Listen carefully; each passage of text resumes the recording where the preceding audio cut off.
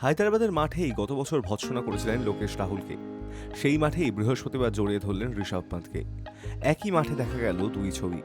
কেন্দ্রীয় চরিত্র সঞ্জীব গোয়েঙ্কা। গত বছর সানরাইজার্স হায়দ্রাবাদের বিরুদ্ধে হারতে হয়েছিল লখনৌ সুপার জায়ান্টসকে। সেবার লখনৌয়ের অধিনায়ক ছিলেন রাহুল।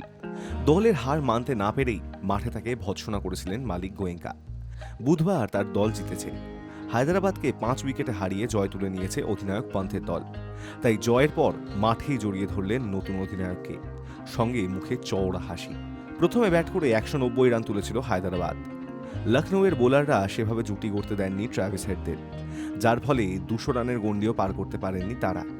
সাধারণত হায়দরাবাদের মাঠেই টি-20 ক্রিকেটে অনায়াসে 200 রান ওঠে, সেটা বৃহস্পতিবার হয়নি।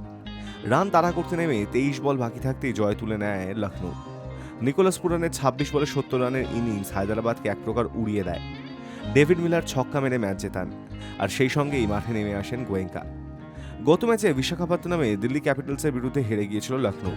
তারপরেই মাঠে নেমে পন্থের সঙ্গে গোয়েঙ্কার কথা বলার ছবি ভাইরাল হয়।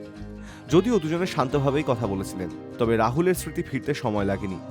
বৃহস্পতিবার রাতের ছবিটা যদিও একদম আলাদা। হাসি খুশি গোয়েঙ্কার প্রিয় পাত্র হয়ে উঠেছেন পন্থ।